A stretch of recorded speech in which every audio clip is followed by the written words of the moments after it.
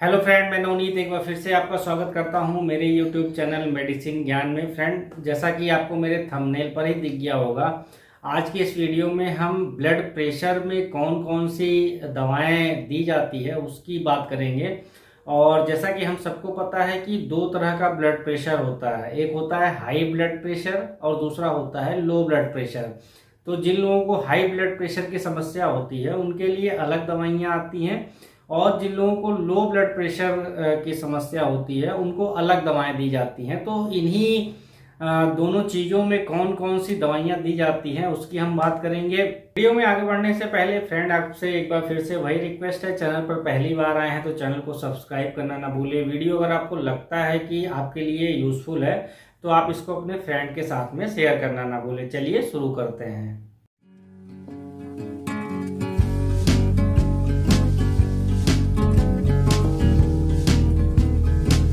सबसे पहले आपको यहाँ पर यह समझने की जरूरत है कि नॉर्मल ब्लड प्रेशर कितना होता है, हाई ब्लड प्रेशर किसे कहते हैं और लो ब्लड प्रेशर किसे कहते हैं। तो नॉर्मल ब्लड प्रेशर किसी भी स्वस्थ इंसान का 120 mmHg बाई 80 mmHg होता है। अब ये 120 mmHg क्या होता है? सिस्टोलिक जो ब्लड प्रेशर होगा वो 120 के आसपास में होगा, और किसी व्यक्ति का जो डायस्टोलिक ब्लड प्रेशर है वो 80 mmHg के आसपास में होगा। तो इसका मतलब यह है कि उसका ब्लड प्रेशर सामान्य है। अब जिन भी लोगों का blood pressure 120 mmHg by 80 mmHg से नीचे होगा, इसका मतलब ये है कि उनको लो ब्लड प्रेशर की समस्या है। और जिन लोगों का ब्लड प्रेशर जो सिस्टोलिक ब्लड प्रेशर है वो 120 mmHg से ऊपर होगा, और जो डायस्टोलिक ब्लड प्रेशर है वो 80 mmHg से ऊपर होगा, तो इसका मतलब ये है कि उनको जो है हाई ब्लड प्रेशर की समस्या है।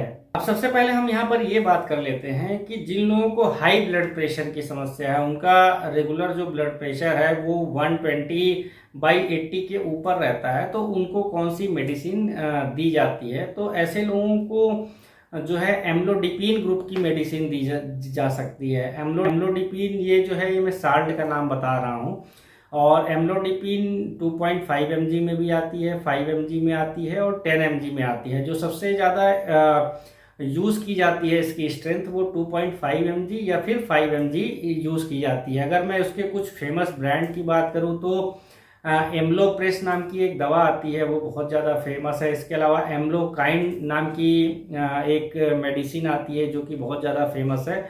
या जिस भी मेडिसिन के अंदर एम्लोडिपिन आप देखेंगे तो आप समझ जाइए कि ये हाई ब्लड प्रेशर की दवा है। और अगर इसके काम करने का तरीका मैं यहाँ पर बताऊँ तो ये मेडिसिन कैल्शियम चैनल ब्लॉकर है, यानी कि ये मेडिसिन जो है आपके जो ब्लड वेसल्स हैं उनको डायलेट कर देती है, चौड़ा कर देती है, जिससे कि ब्लड का फ्लो जो है वो नॉर्मल हो जाता है, और जो व्यक्ति का ब्लड प्रेशर है वो नॉर्मल हो जाता है इस दवा को लेने के बाद। एम्लोडिपिन के खाने का तरीका भी जान लेते हैं। तो एम्लोडिपिन किसी को हो सकता हो ये ओडी में यानी दिन में एक बार भी दी जा सकती है, किसी को हो सकता हो दिन में ये 2 बार भी लिखी जा सकती है। ये पेशेंट टू पेशेंट जो है ये वेरी करता है कि उनकी सीवियरिटी कितनी है। और इसके अलावा जो है इसको आप खाने के पहले भी ले सकते हैं, खाने के बाद भी ले सकते हैं, इससे कोई खास ज़्यादा फर्क पड़ता नहीं। अब जिन लोगों को डॉक्टर एम्लोडिपिन ग्रुप की मेडिसिन नहीं लिखता है तो हो सकता है डॉक्टर उनको लो सर्टेन ग्रुप वाली मेडिसिन लिख दे। लो सर्टेन ये एक साल्ट का नेम है, और ये भी जो है ब्लड प्रेशर को कम करती है। और लो सर्टेन जो है इसकी स्ट्रेंथ की अगर मैं बात करूं तो ये 25 mg में मार्केट में अवेलेबल है और 50 mg में मार्केट में अवेलेबल है।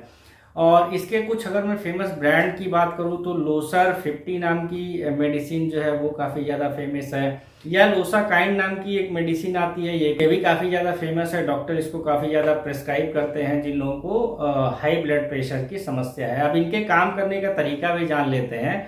तो ये एंजियोटेंसिन रिसेप्टर ब्लॉकर की तरह काम करते हैं। ये थोड़ा साइंस की भाषा हो गई, इसको मैं अगर नॉर्मल भाषा में कहूँ तो ये जो आपकी ब्लड वेसल्स होती हैं, जो नसें होती हैं, उनको डायलेट करती हैं, रिलैक्स कर देती हैं। और जो आपकी हार्ट में जो आर्टरीज हैं उनको भी रिलैक्स कर देती हैं, और जो आपके किडनी में आर्टरीज और वेन्स हैं उनको भी रिलैक्स कर देती हैं। अब जितनी भी आपकी ब्लड वेसल्स हैं, ऑलमोस्ट सारी ब्लड वेसल्स जो है जब रिलैक्स हो जाती है तो उनमें ब्लड का फ्लो जो है वो नॉर्मल हो जाता है, और ब्लड का फ्लो जब नॉर्मल हो जाता है तो आपका बीपी जो है वो डाउन हो जाता है। अब डॉक्टर जो है हो सकता हो लोसर्टन वाले ग्रुप को भी आपको ना लिखे, तो डॉक्टर एक तीसरा दवा आती है जो कि ब्लड प्रेशर को कम करती है, उसमें जो साल्ट होता है वो टेल्मीसर्टन होता है। तो जिस भी मेडिसिन के अंदर टेल्मीसर्टन अगर आप देखें तो आप ये समझ जाइए कि ये भी दवा जो है ये ब्लड प्रेशर को कम करने वाली दवा है। इसमें अगर मैं एक फेमस ब्रांड की बात करूं तो टेल्मा 40 नाम की एक दवा आती है जो काफ़ी ज़्यादा फेमस है। टेल्मीसर्टन जो मेडिसिन है ये 2 स्ट्रेंथ में आती है, एक 20 mg में आती है, एक 40 mg में आती है। दोनों जो है काफ़ी ज़्यादा फेमस है स्ट्रेंथ, और पेशेंट के अकॉर्डिंग किसी को 20 mg वाली जो टेल्मीसर्टन है वो चलती है और किसी को 40 mg वाली टेल्मीसर्टन चलती है। इनके भी काम करने का तरीका जो है वो लोसर्टन वाले ग्रुप की ही तरह होता है, क्योंकि ये भी एंजियोटेंसिन रिसेप्टर ब्लॉकर ग्रुप की मेडिसिन है। ये भी ब्लड वेसल्स को रिलैक्स करती हैं जिससे कि ब्लड प्रेशर जो है वो डाउन हो जाता है।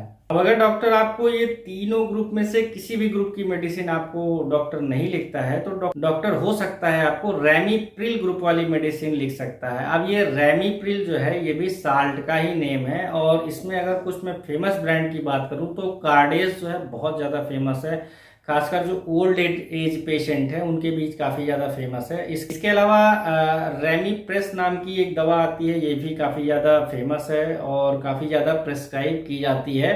अब अगर इनके स्ट्रेंथ की बात करूं तो ये 2.5 mg में भी आती हैं, 5 mg में आती है। दोनों स्ट्रेंथ काफ़ी ज़्यादा फेमस है, और पेशेंट की डिसीज़ के अकॉर्डिंग जो है किसी को 2.5 mg वाली रेमीप्रिल दी जाती है या किसी को 5 mg वाली रेमीप्रिल की टैबलेट दी जाती है। और इनके अगर काम करने का तरीका मैं बताऊं तो ये एसी इनहिबिटर्स की कैटेगरी में आती हैं, और ये भी जो है ब्लड वेसल्स को रिलैक्स करके ब्लड प्रेशर को डाउन कर देती हैं। रेमीप्रिल जिस भी मेडिसिन में पाया जाता है वो ओल्ड एज पेशेंट को इसलिए ज़्यादा प्रेफर किया जाता है क्योंकि ये जो है पेशेंट को हार्ट फेल्योर से भी बचाता है, और साथ ही साथ में ये पेशेंट को स्ट्रोक से भी बचाता है, इसलिए ये ओल्ड एज पेशेंट में काफ़ी ज़्यादा फेमस है। अब अगर इन चारों ग्रुप की मेडिसिन को डॉक्टर नहीं लिखता है तो ब्लड प्रेशर को कम करने के लिए हो सकता हो डॉक्टर एक दूसरा ग्रुप आता है जिसको इनहेलरप्रिल नाम से बोला जाता है, और ये भी एक ग्रुप होता है जो कि 2.5 mg की स्ट्रेंथ में आता है, 5 mg की स्ट्रेंथ में आता है। और इनका भी काम करने का वही तरीका होता है कि ये ब्लड वेसल्स को जो है रिलैक्स कर देते हैं, ब्रेन में जो आपकी ब्लड वेसल्स होती हैं उनको रिलैक्स कर देते हैं, बॉडी में जो ब्लड वेसल्स होते हैं उनको रिलैक्स कर देते हैं, जिससे कि बीपी जो है वो डाउन हो जाता है। और इसमें अगर मैं एक फेमस ब्रांड की बात करूं तो इनैम नाम से एक मेडिसिन मिल जाएगी जो कि काफ़ी ज़्यादा फेमस है। तो ये अलग अलग कैटेगरी है, कोई भी कैटेगरी की मेडिसिन जो है वो डॉक्टर आपको लिख सकता है। ब्रांड नेम कुछ भी हो सकते हैं, पर मैंने जो यहाँ पे साल्ट नेम बताए वो साल्ट अगर किसी भी मेडिसिन में पाया जाता है तो आप समझ लीजिए कि ये ब्लड प्रेशर को कम करने वाली दवाएं हैं। अब आजकल जिनको काफ़ी ज़्यादा समस्या है ब्लड प्रेशर की, तो कॉम्बिनेशन मेडिसिन भी आने लगी हैं, यानी कि उसमें केवल एक साल्ट नहीं पाया जाता बल्कि 2 साल्ट पाए जाते हैं। जैसे अगर मैं कुछ एग्जाम्पल की बात करूं तो एम्लोकाइंड 80 नाम से एक दवा आती है जो कि काफ़ी ज़्यादा फेमस है, या एम्लोप्रेस 80 नाम के से दवा आती है, ये भी बहुत ज़्यादा फेमस है। इसमें 2 साल्ट पाए जाते हैं, इसमें एम्लोडिपिन पाया जाता है जो कि 5 mg होता है, और साथ में इसमें एटिनॉल पाया जाता है जो कि 50 mg में होता है। और ये कॉम्बिनेशन मेडिसिन भी डॉक्टर आजकल काफ़ी ज़्यादा इस्तेमाल करते हैं। जैसा कि मैंने पहले ही बताया कि एम्लोडिपिन जो है वो कैल्शियम चैनल ब्लॉकर होता है, और ये भी ब्लड वेसल्स को जो है वो डायलेट कर देता है, रिलैक्स कर देता है, जिससे बीपी कम हो जाता है।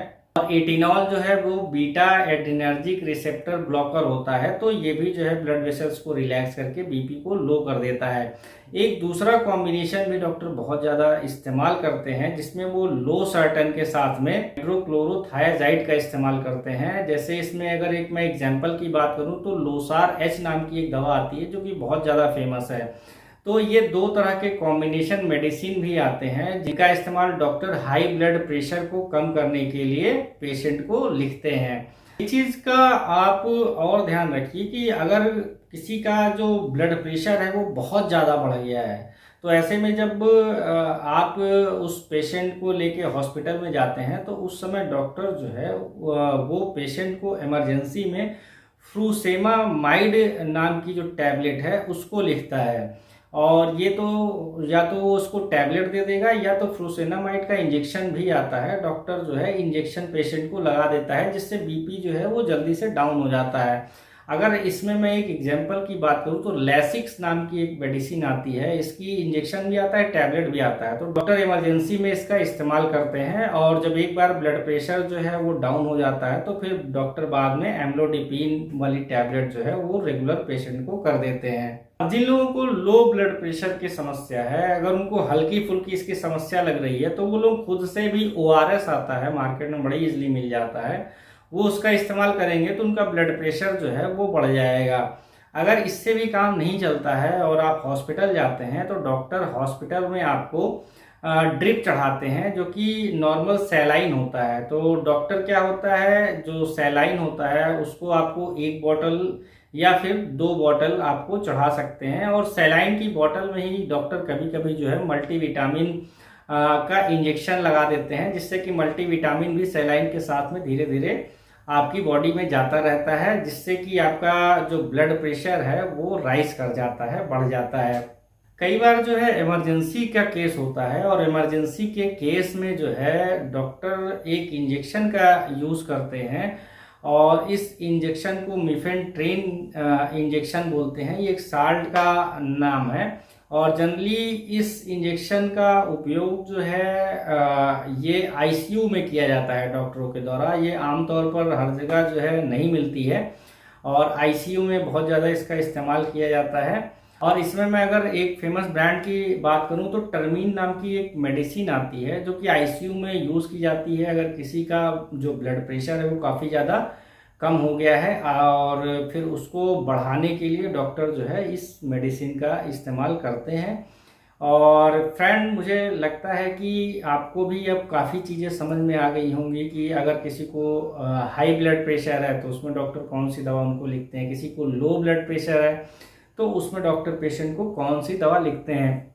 एक चीज़ का ध्यान रखिए कि आपको ये दवाएं खुद से इस्तेमाल नहीं करनी है, क्योंकि जो डोज होता है और ड्यूरेशन होता है किसी भी मेडिसिन का वो आपकी बॉडी वेट के अकॉर्डिंग होता है, आपकी सीवियरिटी के अकॉर्डिंग होता है। खुद से ये दवाएं न लें, आप अपने नज़दीकी जो भी अच्छे डॉक्टर हैं उनसे सलाह ज़रूर लें। आपका बहुत बहुत धन्यवाद।